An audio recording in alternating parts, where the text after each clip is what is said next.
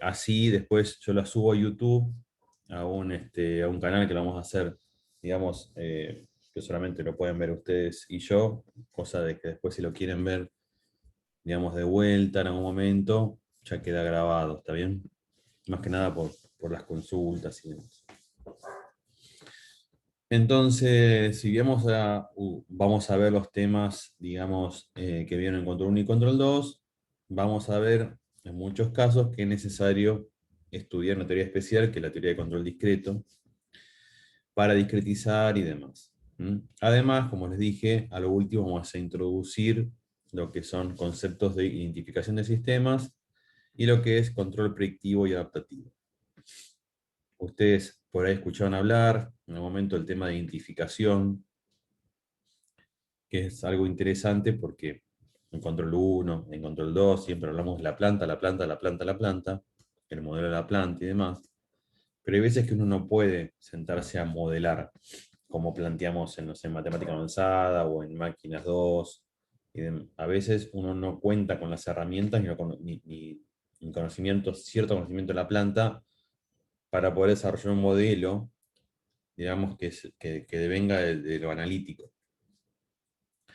Entonces, a veces no nos queda otra que aplicar las técnicas de identificación, que lo que hace es basarse de mediciones de la salida y de la entrada, es estimar los parámetros de un modelo propuesto. Eso es muy útil para sistemas que a veces uno no puede, digamos, modelar matemáticamente, sino que o no puede modelarlos en su totalidad, digamos. Entonces es muy útil el tema de la identificación de sistemas para obtener la planta, porque ustedes saben que toda estrategia de control que se vio en control 1, en control 2 e incluso en control digital, se basa en la planta. ¿Está bien? Y además lo vemos acá en control digital porque obviamente la identificación nos da una planta discreta. Bien, eso vamos a ver al final de la materia. Entonces, en cuanto a los objetivos de esta materia es discretizar plantas y diseñar técnicas de control discretas para plantas, lo que son CISO, es decir, modelos entrada-salida, y en espacios estados, es decir, vamos a ver las dos. Vamos a utilizar herramientas de software para lo que es el análisis y para resolver problemas de diseño y para diseñar, ¿está bien? Además de programar y simular, obviamente. Así que bueno, supongo que todos si ya están en esta etapa hicieron toda esta materia que están acá abajo, o la mayoría habrán hecho control 1, habrán hecho control 2, que son las más importantes. Todos hicieron control 1 y control 2, ¿verdad? Sí, Sí, sí. Ok, bien. sí, sí. Bueno, lo que hacemos siempre nosotros en las materias es trabajar con el régimen de promoción, el régimen de, digamos, de promoción vigente. ¿Sí? Que es, si ustedes aprueban los dos exámenes con una nota mayor que 6 y promedio 7, promocionan la materia. Si no llegan a promoción, está el tema del integrador. Y ustedes saben que hay 3 instancias de integrador. Así que bueno, para eso por lo menos tenemos que tratar de tener 2 exámenes para poder aplicar, digamos, el tema este que está vigente.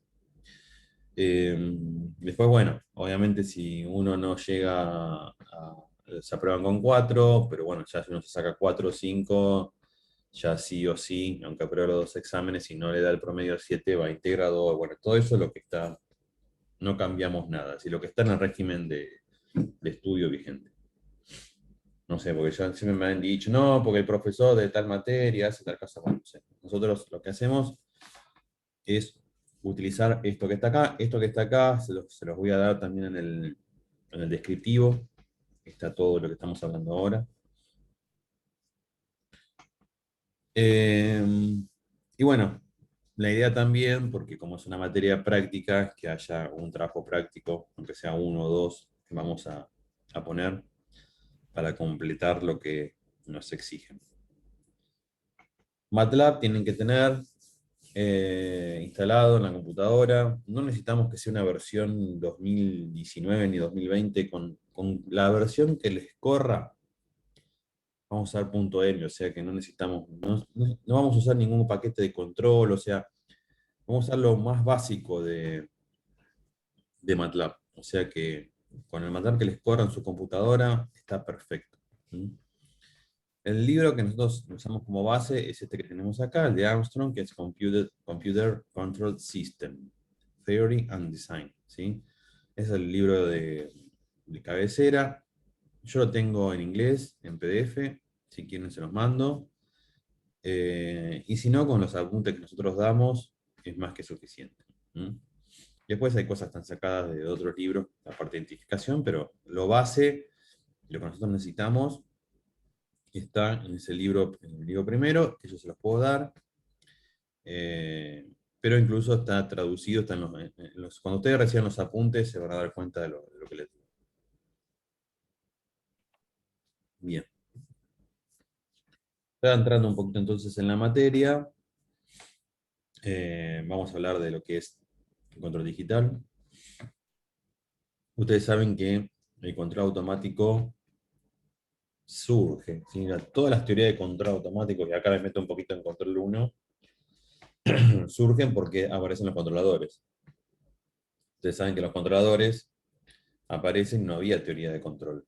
Entonces, cuando aparecen los controladores y dice, che, esto lo podemos controlar, entonces así, surge por necesidad, digamos, toda la teoría de control. Y estamos hablando de allá por los años 40, sus inicios de la teoría de control van de la mano de Bode. Él es el primero que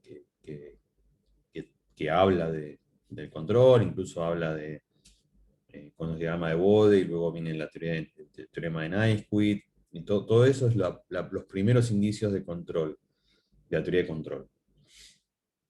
Entonces, obviamente, la teoría de control surge porque aparecen los controladores.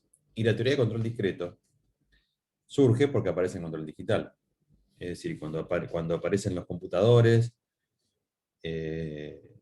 los sistemas digitales, se empieza a, digamos, reemplazar los controladores analógicos por controladores discretos, y ahí es donde aparece la teoría de control discreta. Es muy reciente la teoría de control discreta. No de los sistemas discretos, sino la teoría de control discreta. Estamos hablando de que es de fines de los 70, 80. De hecho, el primer libro de Armstrong sale en el 83. Cuando surgen las computadoras, y las computadoras empiezan a introducirse en los sistemas de control, aparece la teoría de control discreto. Entonces, primero apareció con los reguladores. Los reguladores primero eran neumáticos, hidráulicos, y después fueron reemplazados por analógicos, y después los controladores analógicos fueron reemplazados por electrónicos o por digitales. Entonces, a medida que se empezó a desarrollar el control, se empezó a desarrollar la teoría de control. Y ahí se empezaron a explicar y a sacarle jugo al tema del control digital. Entonces cambió totalmente el concepto del control. Primero, o sea, lo vamos a ver un poquito más adelante en la teoría, primero que se intentó es de reemplazar directamente el control digital por el analógico, programando exactamente igual el mismo control en su forma digital, haciendo que como una aproximación del control analógico en el sentido de muestrar lo más rápido que se pueda y hacer que se parezca, digamos, ese control digital al analógico. ¿Sí? Pero después, con el surgimiento de la teoría de control discreto, se dieron cuenta de que viendo los sistemas discretos, estudiando al control discreto, uno puede tener mayor performance en el control que viéndolo como una aproximación, digamos, de un control continuo. Con el tema del avance de los microcontroladores y demás, hoy se pueden implementar reguladores digitales muchísimo más poderosos que lo que se hacía con los reguladores analógicos. El control digital tiene un amplio abanico mucho más grande que el control analógico, mucho más poderoso. Porque además de tener control, ustedes saben que con computador digital, vamos a llamarlo de esa manera, además puedes sumar herramientas como es análisis y sistemas automatizados. Entonces, en el mismo controlador puedes meter, embeber automatización, comunicarte con una pantalla, grabar datos. Entonces, dejamos de lado ese único controlador en el lazo, que por ahí graficaba en un papel, a pasar a los controladores digitales, donde el control, digamos, es un pedacito y todo lo demás por ahí está, digamos, rodeado de automatización y de alarmas y de un montón de seguridad, que con el control analógico, por ahí eso era más limitado. Y esto es lo que le decía acá, lo que dice en la Firmina, que en el primer momento, cuando aparecieron los controladores digitales, se trataba de trasladar todo lo diseñado en el campo analógico a elementos digitales, ¿sí? Pero bueno, digamos, después cuando aparece la teoría de control, uno puede crear técnicas de control, ¿sí? Mucho más eficientes e inclusive son imposibles por ahí de implementar en forma analógica. Entonces, acá donde yo les digo que surgen dos formas de analizar a los sistemas discretos. Una, como una aproximación de reguladores analógicos. Lo vamos a ver. Tenemos un capítulo que es aproximación de controladores digitales. Pero en realidad es como que estás desperdiciando un montón de recursos porque a lo sumo podés obtener resultados como los que obtenías en la forma analógica, es decir, no podés tener algo mucho más poderoso, ¿sí? Y la segunda vez, en la segunda forma de verlo, que es lo que nosotros estudiamos más a fondo en control digital, es ver a los sistemas discretos como algo distinto, ¿sí? Estudiar su teoría y estudiarlos como un sistema discreto. Y ahí es donde uno puede realizar cosas que en el ámbito analógico es imposible. Bien, entonces, ¿qué es el controlador digital? El controlador digital, digamos, es un sistema discreto, ya no es más continuo, y se inserta en el lazo de control, es decir, no nos tenemos que olvidar que el proceso físico a controlar sigue siendo siempre continuo, es decir, si vamos a controlar, vamos a poner ejemplos, un nivel de un tanque, o una temperatura de un horno, o no sé, una posición, los sistemas físicos siguen siendo continuos, pero el control es digital. Entonces, ¿cómo se transforma ese sistema en un sistema discreto? Lo que lo que lo discretiza en realidad, es que esa señal de salida continua se muestrea cada cierto tiempo. Es el famoso, el llamado, que ustedes habrán visto en el sistema, periodo de muestreo, ¿sí? Y se discretiza mediante lo que es un conversor analógico digital. Esa señal que yo muestreo cada cierto tiempo, la convierto en digital. La señal digital, ¿sí?, se procesa, es decir, pasa por el controlador digital, y el controlador digital me devuelve una señal digital que la convierto nuevamente analógica mediante un conversor digital analógico. Es el proceso de discretización, que yo muestreo la salida y convierto una señal digital a una analógica. Entonces, el que hace la cuenta, el computador, se independiza de con qué tipo de estación está trabajando. ¿Está bien? O sea, no me interesa si es 420 mA, si es 0,5 voltios, no importa. El control digital ve todas las magnitudes como una serie de valores discretos. ¿Sí? Entonces, ahora vamos a ver en bloques lo que sería. Entonces, pasamos de trabajar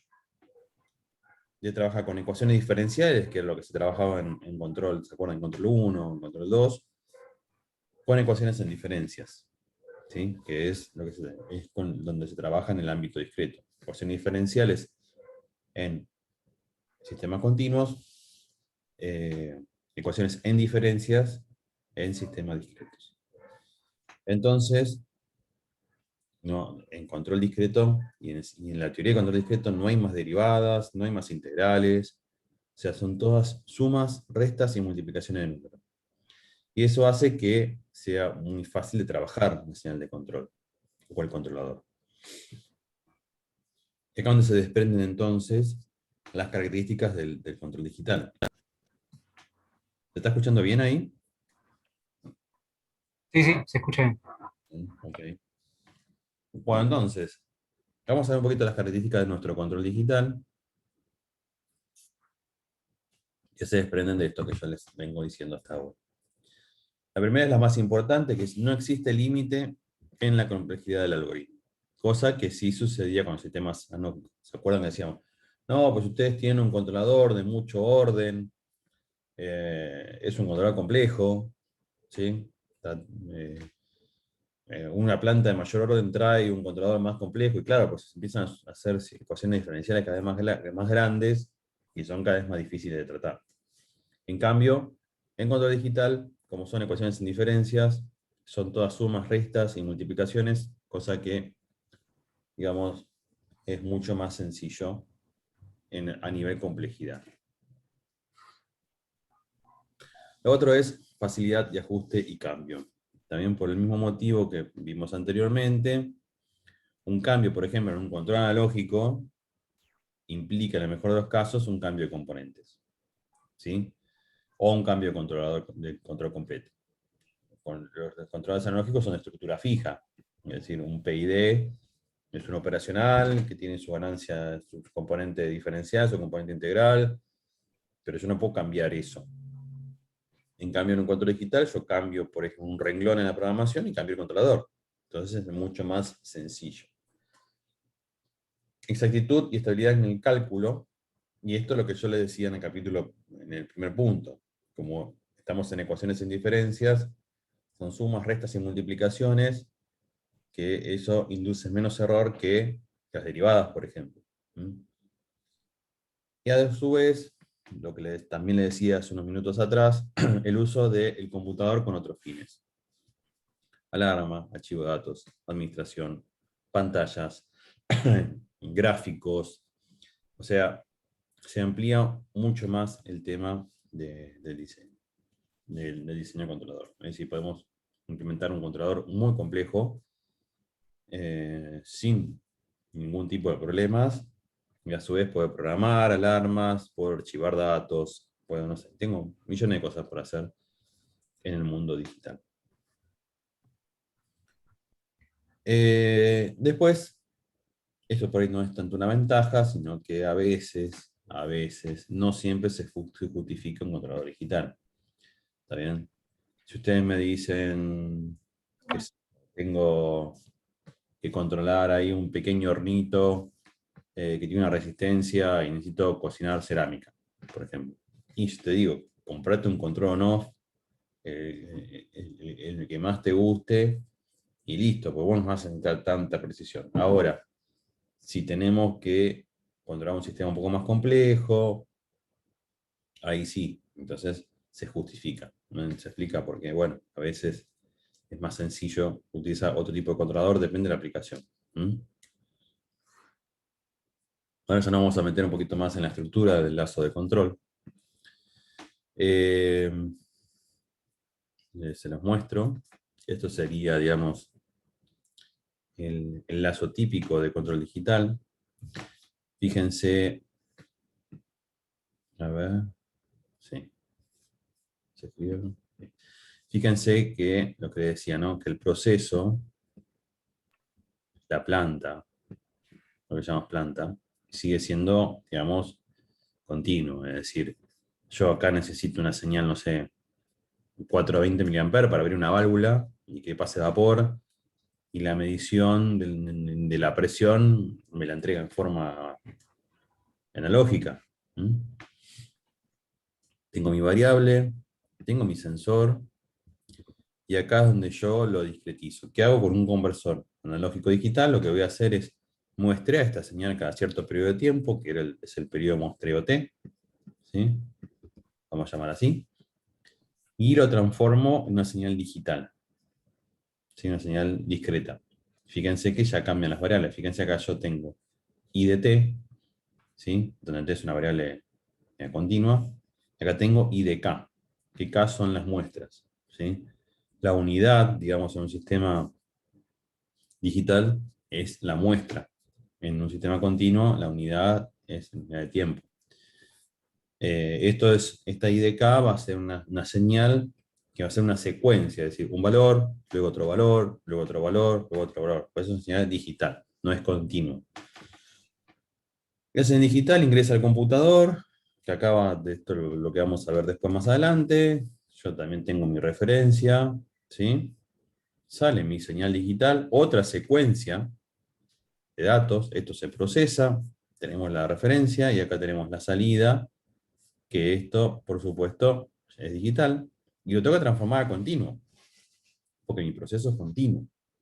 Entonces, aquí donde actúa el conversor digital analógico. ¿Mm? Ya ustedes están imaginando que hay cuestiones en este lazo que van, si nos remontamos a lo que son las limitaciones que veíamos en control 1, ustedes saben que acá, bueno, yo tengo un proceso que es súper rápido, y esto consume tiempo en hacer la conversión, esto se tardará su tiempo, y esto se tardará su tiempo. A ver, si todo eso lo hago más rápido que el periodo de muestreo, ya está, no pasa nada. ¿Sí? Entonces, bueno, es ahí donde entra a tallar el periodo de muestreo, qué periodo de muestreo elijo, cuánto tardo en procesar, porque para sistemas lentos, nada, esto no es nada, pero para sistemas rápidos hay que empezar a tener un poquito de, digamos, ir pensando en otras cosas. ¿Mm?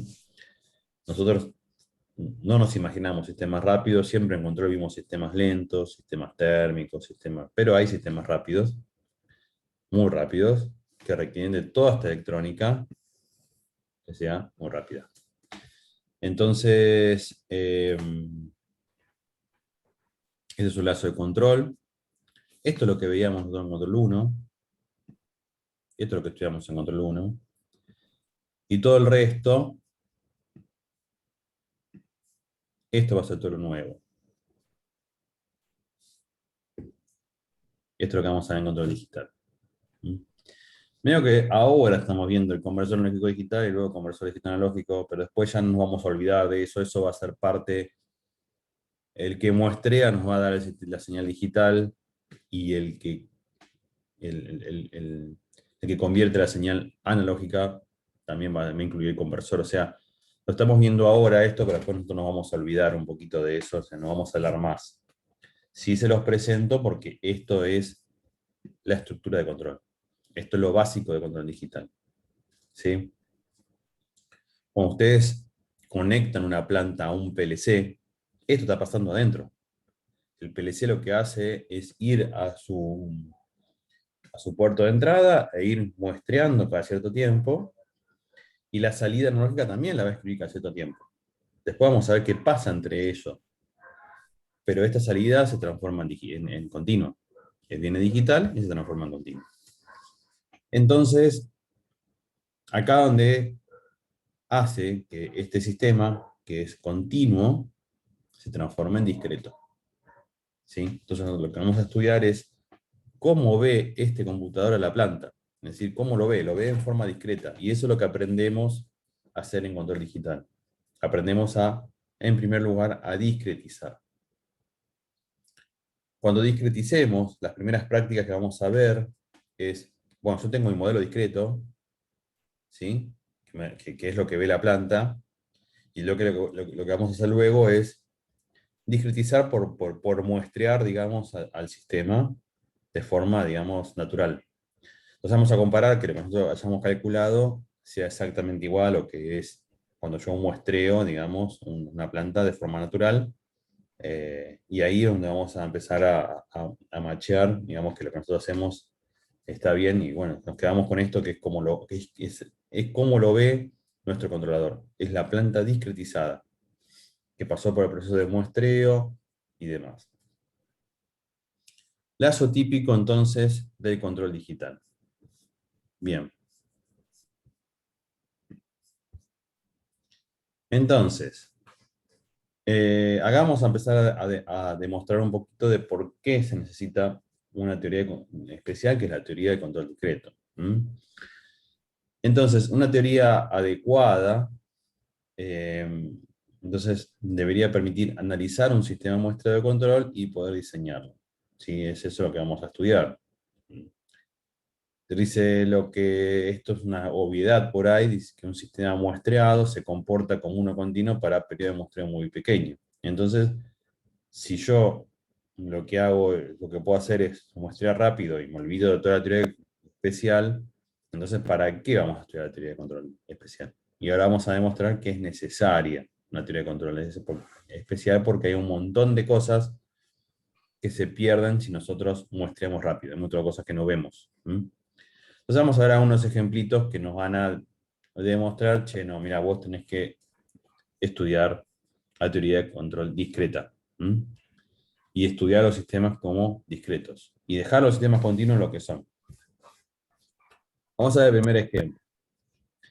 Entonces, lo que vamos a hacer acá es, supongamos que tenemos un sistema de primer orden, y tenemos un conversor analógico digital a su entrada, ¿sí? Y un conversor digital analógico a la salida. Analógico digital a la entrada y un sistema digital analógico a la salida. Y un sistemita discreto de primer orden. ¿Está bien? Es decir, lo que estamos haciendo es transformar un sistema que es digital a un sistema analógico. Este sistema de primer orden, acá que tenemos acá, lo que yo estoy señalando, lo voy a dibujar. Esto sería el controlador. ¿Sí? Acá estaría la medición, fíjense que dice IDT, y acá estaría la salida. Entonces, yo estoy tratando de volver a continua una señal que es discreta. Bien, vamos a ver qué pasa. Y el controlador nos resultó ser un sistema de primer orden. Por lo tanto, si yo le aplico un escalón, a la salida me va a dar el sistema de primer orden que todos conocemos. Entonces, fíjense lo que tenemos acá. A ver si puedo hacer un zoom.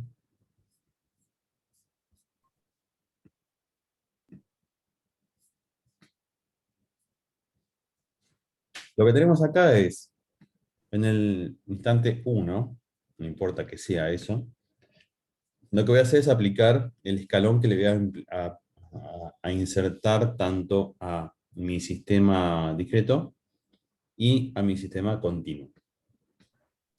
Si yo tuviera un sistema continuo, aplico la señal de escalón y a la salida el sistema empieza a crecer, así como su sistema de primer orden, y termina en 1. Un sistema de primer orden puede ser, no sé, un sistema RC, lo que sea. Mi sistema discreto, ¿qué va a hacer? Muy bien, el sistema discreto empieza a, digamos, crecer en formato escalonado, su periodo de muestreo es 1, o sea, un instante de tiempo. Entonces, en los instantes de tiempo, fíjense que coincide el valor del sistema digital con el sistema continuo.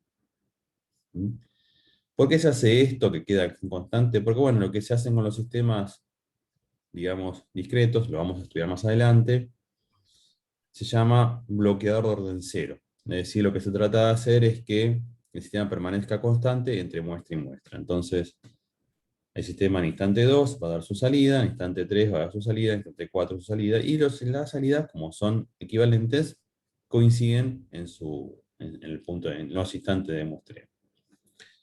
Ahora, ¿qué pasa si yo, en vez de lanzar el escalón en 1, lo lanzo en, no sé, 0,1, que es lo que nos está pasando acá?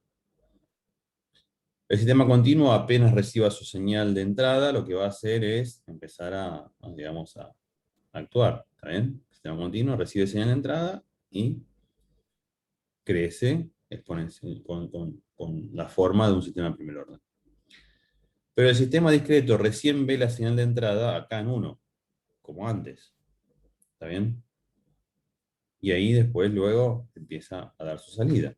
Es decir, Ah, eh, salvo que yo sincronice perfectamente la señal de entrada con el instante de muestreo, voy a tener equivalencia entre el sistema discreto y el sistema digital. Pero si yo lo lanzo entre medio del tiempo de muestreo, El sistema discreto lo va a ver cuando muestre, que en este caso va a ser en 1. ¿Se entendió eso hasta ahora? ¿Vieron la diferencia?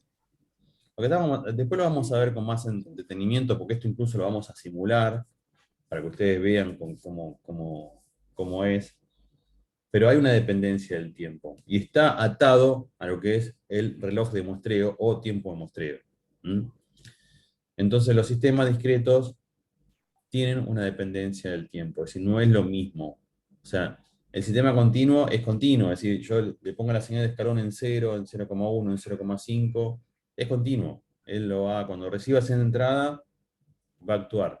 Pero el sistema discreto solamente ve que hay a la salida en los instantes de muestreo, porque es donde va y muestrea, toma una muestra y después no hace nada hasta el próximo tiempo de muestreo. Cuando cambia, va y lee.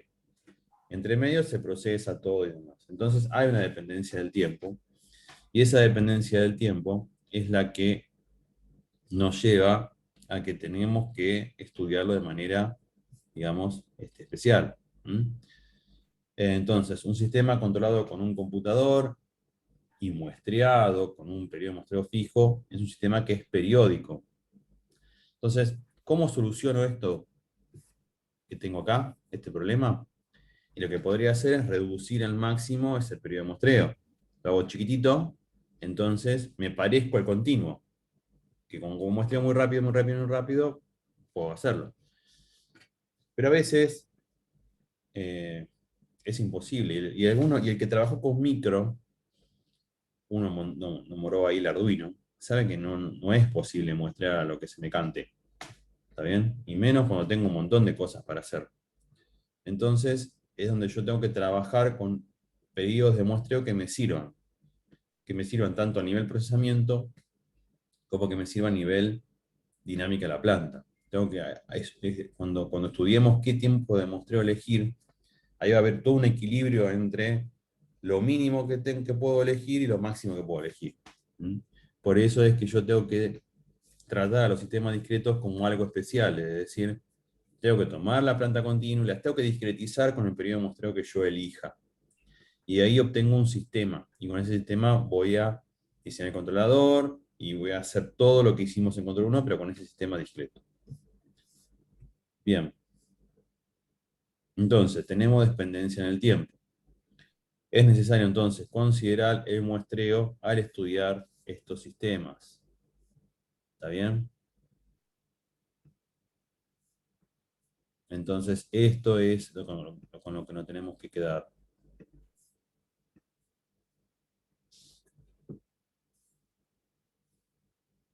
Esto es la base.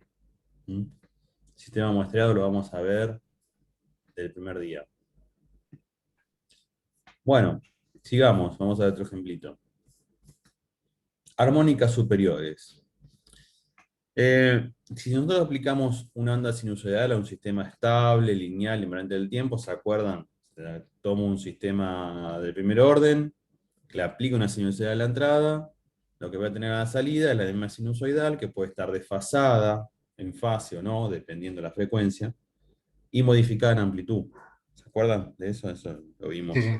Bueno. Bien, entonces, fíjense, acá yo le aplico esta señal de entrada, y acá la tengo más chiquitita, con la misma frecuencia, y si la muestreo, obviamente, voy a muestrear esta sinusoidal, y lo que voy a obtener son estas sinusoidales muestreadas que tengo acá. Entonces ahora vamos a ver qué pasa si una señal de 4,9 Hz la muestreo cada 0,1 segundo. ¿Mm? Entonces, esta señal que yo tengo acá, que es la salida de un sistema, digamos, continuo, que es de 4,9 Hz, si no me equivoco, ¿sí? La muestreo cada 0,1 segundo. Fíjense lo que aparece a la salida. ¿Sí? Aparece una señal, o sea, está la señal por ahí dando vuelta, pero aparece como envuelta en otra sinusoidal de menor frecuencia. ¿Mm? Bueno, cuando yo mal muestreo una señal, ¿se acuerdan que había todo un teorema de muestreo que me decía que yo para reconstruir la señal la tengo que muestrar por lo menos al doble de la frecuencia? Eso seguro que se acuerdan de señal y sistema. Sí, Bueno, sí. luego lo vamos a ver por qué. Esta señal está mal muestreada. Si yo mal muestreo esta señal, aparecen señales espurias. No sé si alguna vez, lo vamos a ver en más en detalle, pero ¿vieron cuando a veces antes o en alguna transmisión se ven las aspas de un helicóptero quieta o que se mueven lentas? ¿Sí? Alguna vez lo habrán visto. Sí, sí. Eso es porque, bueno, la cámara muestrea, ¿sí? Tiene un shooter y muestrea cada cierto instante. Como las aspas van muy rápidas, yo tenía que muestrear, para ver esa aspa girar, tenía que muestrearla mucho más rápido de lo que gira. Como lo muestreo más lento, lo que me aparece es esto, justamente. Es una señal espuria. Veo la aspa quieta y la aspa no está quieta. Es como que yo saco la foto justo cuando está en el mismo instante. O saco la foto un poquito más rápido y la veo girar poquito. O la veo girar para atrás. Bueno, eso después lo vamos a ver qué es. ¿Está bien? Entonces, tengo que tener en cuenta esto al momento de analizar y diseñar. ¿Mm? ¿Y por qué tengo que tener en cuenta esto? Porque si yo tengo una señal que tiene ruido o una perturbación, por ahí estoy muestreando bien la señal de salida, porque la señal de salida tiene digamos, una frecuencia determinada, y yo la estoy mostrando bien, pero ojo lo que puede estar pasando con una señal que tenga ahí de alta frecuencia, ¿sí? Y que me puede pasar esto. Entonces eso se llaman frecuencias alias, y hay que tener un montón de consideraciones en el mundo discreto con este tema. Esto no, igual no se preocupen que lo vamos en detalle más adelante. Pero, bueno, otro ejemplo que me indica, no, tenemos que tener una teoría especial. Sí, no se trata de muestrear solamente. ¿Mm? Bueno, y acá vamos a ver, por ejemplo, un, un sistema de control, que se llama control en tiempo finito, eh, que es un control que no lo vamos a poder diseñar en el ámbito, digamos, continuo, es algo que solamente existe en el ámbito discreto, y es un control que lo que hace es que pase lo que pase, te lleva a la salida a la referencia en n muestras, donde n es el orden del sistema. Por ejemplo, si yo controlo un doble integrador con este control, en dos muestras me lleva el sistema a la referencia. Obviamente, después uno tiene que estudiar si este pico se lo aguanta el actuador, si este pico negativo se lo aguanta el actuador. Bueno, ese es otro tema, ¿no? Pero estamos viendo que hay un sistema de control que, digamos, no existe en continuo. Entonces hay todo un mundo discreto aparte, que es el que vamos a estudiar. ¿Mm? Es decir, esto nos demuestra que nosotros no podemos ver a los sistemas discretos como un sistema continuo que lo muestreamos más rápido, ¿sí? Porque hay un montón de cosas que nos perderíamos. Y por eso es que necesitamos entonces eh, la teoría de control discreto. ¿Mm? Bien, vamos a cambiar de filmina. Bueno, antes de cambiar de filmina, ¿alguna duda acá, hasta acá?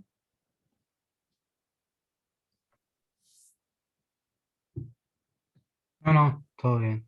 ¿Estamos bien? Bien. Bueno, a ver qué sigue. Estas filminas, yo les decía, les voy a mandar un PDF. eh, Se las voy a mandar todas juntas, incluso con... Les voy a mostrar, por ejemplo, lo que vimos recién, cómo está en el apunte. Eh,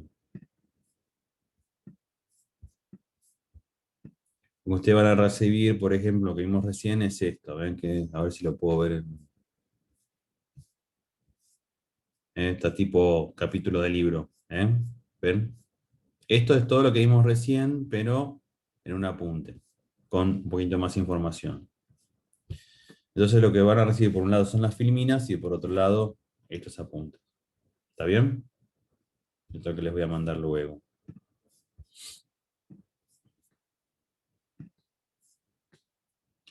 Bueno, a ver si empezamos a ver un poquito de...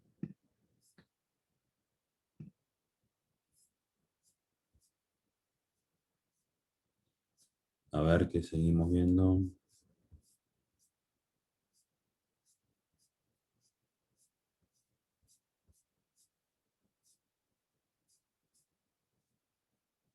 Bueno, vamos a empezar con el capítulo 2 un ratito, y después ya seguimos el jueves. No me acuerdo si tenía que decir algo más de la materia. Igual tengo que mandar todo el material.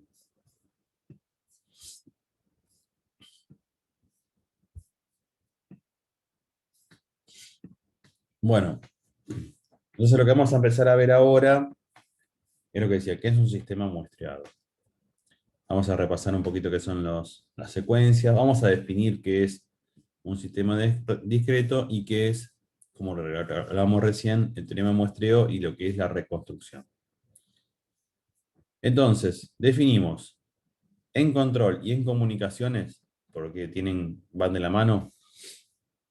Muestrear significa reemplazar una magnitud que es continua por una secuencia de números que representan los valores de dicha señal en determinados instantes. Es decir, yo tengo una señal continua y lo que hago es tomo una muestra, espero un tiempo, tomo otra muestra, espero un tiempo, tomo otra muestra y así. Reemplazar la magnitud continua por una secuencia de números. ¿Sí? ¿Cómo lo vamos a nosotros ver eso en MATLAB? La secuencia de números va a ser una matriz. Una matriz que va a tener en cada término de la matriz, va a haber una muestra. Muestra, muestra, muestra, muestra. ¿Sí? Así lo vamos a trabajar. Esa va a ser nuestra secuencia. ¿Mm?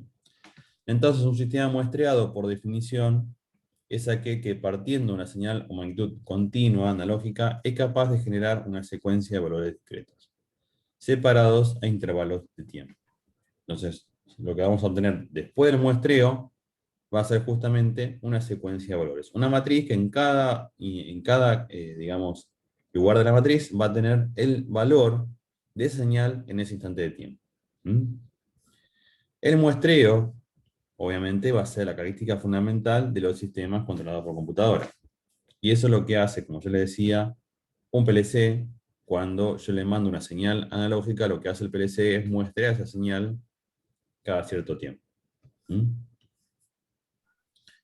Entonces, la señal continua se convierte en una secuencia que son procesados por el computador digital. Obviamente, el computador digital envía una secuencia de números, ¿sí? Que tiene que ser, obviamente, convertido nuevamente en una señal continua para aplicarla al proceso. ¿Sí? El segundo proceso, es decir, lo que está antes de la planta, antes de entrar en la planta, se llama reconstrucción de la señal.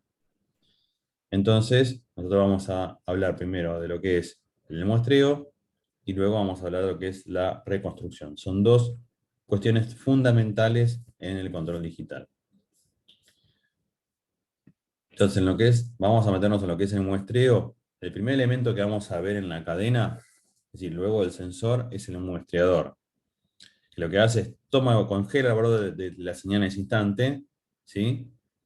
Pero bueno, la salida del muestreador sigue siendo analógica. Luego voy a pasar por lo que se llama un conversor, que me va a convertir ese valor instantáneo en una señal digital. ¿Sí? Entonces, necesito el conversor analógico digital para convertir la salida muestreada en una secuencia de números discretos, digamos. Digamos, así nomás sería, tengo la señal continua, el muestreo me da este valor instantáneo, y luego del conversor me da la señal digital, ¿sí? Y acá obtenemos entonces, por último, la señal digital. A ver, muestreador y conversor es un mismo elemento. El mismo conversor analógico digital muestrea y te da la señal digital, ¿sí? O sea, acá lo vemos separado para entender cómo funciona, pero internamente ya está ahí. O sea, cuando el conversor muestrea y ya a la salida tenemos la parte digital. El instante de muestreo es constante. Fíjense que acá no es constante, es cualquiera, pero bueno, se dibujó así para que lo vean, pero el muestreo es constante. Y tiene que ser constante porque la teoría de control, digamos, se basa en que el muestreo es un valor constante, que no cambia. ¿Mm?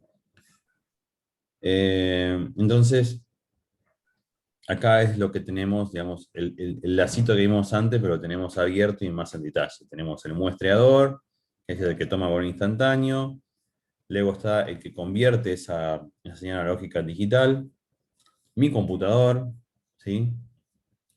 Luego tenemos lo que se llama, otra vez, la llave que cada cierto tiempo le manda la información al conversor digital analógico. Y por último, el bloqueador, que esto que se ve acá, es B por bloqueador, que depende, eso lo podemos cambiar. Lo que se usa normalmente lo vamos a ver que es un bloqueador de orden cero, que nos hace esa señal tipo escalerita, pero puede haber otros bloqueadores. Después lo vamos a estudiar en detalle, puede haber otras cuestiones. El bloqueador lo que hace es nos convierte esa señal, digamos, a analógica. Todo esto, todos estos tres bloques, todo junto, ¿está bien? Y ese es el conversor. Pero acá lo vemos un poquito así desmembrado para que se entienda cómo es. Bueno, esto es el dibujito mismo que vimos hoy, o sea, la señal de continua de entrada, el muestreo, la salida del sistema discreto y cómo lo vuelvo a formar a continuo. Entonces, la acción de muestrear simplemente significa reemplazar una señal por su valor, y un número finito de puntos. El periodo de muestreo entonces es constante, ¿sí? Y la frecuencia de muestreo va a ser 1 sobre t. ¿Sí? Frecuencia de muestreo, habrán escuchado hablar ustedes, es 1 sobre el periodo. Bien, entonces, como dijimos recién, lo volvemos a repetir para que quede grabado, la señal continua se convierte en una secuencia, y hablamos ya en términos de lo que vamos a estudiar después, mediante un muestrador y el conversor, que normalmente es lo que más tarda, ¿sí? En el computador genera otra secuencia, que le llamamos UDK, y este proceso consume cierto tiempo también de procesamiento, ¿no? Y mediante entonces el conversor digital lógico, esa secuencia se convierte nuevamente en analógica, que es lo que necesitamos nosotros para inyectar en la planta. Nosotros necesitamos una señal analógica para que la planta funcione. ¿Mm? Y vamos a ver cómo se va a interpolar, digamos, esas dos señales entre instantes de muestreo. En el dibujito vimos que quedaba constante. Hay otros tipos de bloqueadores, pero el más común y es el que viene, digamos, embebido en todos los conversores, es el que mantiene la señal constante entre muestra y la otra. ¿Mm? El bloqueador de cero se llama, que es el que mantiene, entonces a veces se llama retenedor, pero bueno, es el que es más usual, el que viene, digamos, en todos los conversores. Se mantiene el valor constante hasta la siguiente muestra. Bueno, esto lo vamos a empezar directamente a ver el jueves, ¿sí? Porque ya después nos metemos un poquito con MATLAB. Ahora yo termino la clase, les voy a mandar dos mails, uno con el descriptivo y otro con todo el material, así ustedes se organizan, y entonces para el jueves ya seguimos con este capítulo, vamos a empezar a trabajar con el MATLAB, o por lo menos yo se les voy a mostrar algunas cosas. Así que bueno, les pido si tienen alguna duda, voy a dejar de compartir, me digan, ¿sí? En esta introducción, en esto que empezamos a ver qué dudas sobre la materia, dudas sobre la evaluación, dudas en lo que sea. Díganme, así lo vamos viendo.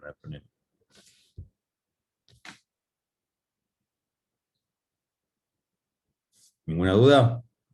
No, yo lo único que tengo para Sí. preguntar es la práctica, ¿no? Sí, me interesa cómo desarrollar bien la práctica, porque va a ser un tema medio... Y Supongo que va a ser...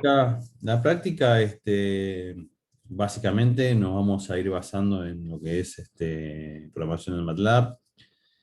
Cuando ustedes el primer ejercicio que van a hacer, después se lo van a usar como base para el otro ejercicio y así, ¿viste? Como van a ir enriqueciendo ese punto M. Y la práctica va a ser todo ejercicios de programación, ¿sí? Vamos a programar cómo discretizar, vamos a programar cómo controlar, vamos a implementar los controladores, pero todo a nivel programación. En vez de usar Simulink y demás, va a ser todo a nivel eh, de programar. Esa va a ser la práctica. En la práctica no hay resolución de ejercicios teóricos, nada de eso. Va a ser todo programación en MATLAB, en punto M. ¿Está bien? Ok, Así que eso puede ser. Esta materia, o sea, no vamos a aprender nada nuevo. O sea, todo lo que vamos a ver, si bien lo vemos en el ámbito discreto, no es nuevo. ¿Está bien? No vamos a tener que estudiar teoría como antes, ¿sí? Sí, vamos a tomar eso que vimos, lo vamos a ver en discreto y vamos a ir a la práctica directamente. Control digital es así, es. Nosotros lo que nos interesa acá es que ustedes sepan discretizar y sepan desarrollar un controlador y lo sepan implementar, ¿está bien? En modo discreto, ¿sí? Entonces eso es lo que vamos a trabajar. Vamos a simular como si estuviéramos, digamos, programando en un microcontrolador. Después cada micro tendrá su idioma y ustedes lo van a adaptar, pero la base va a ser la misma, ¿eh? Por eso trabajamos en código, no vamos a trabajar en Simulink, ¿sí? Ok, Bueno, tengan entonces preparado el que les funcione en MATLAB para el jueves, así ya arrancamos.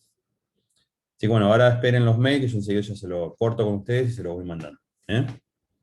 bueno, Bueno, entonces ya tienen el link de la clase del jueves, ya se los pasé, así que el jueves a las 7 nos estamos viendo de vuelta.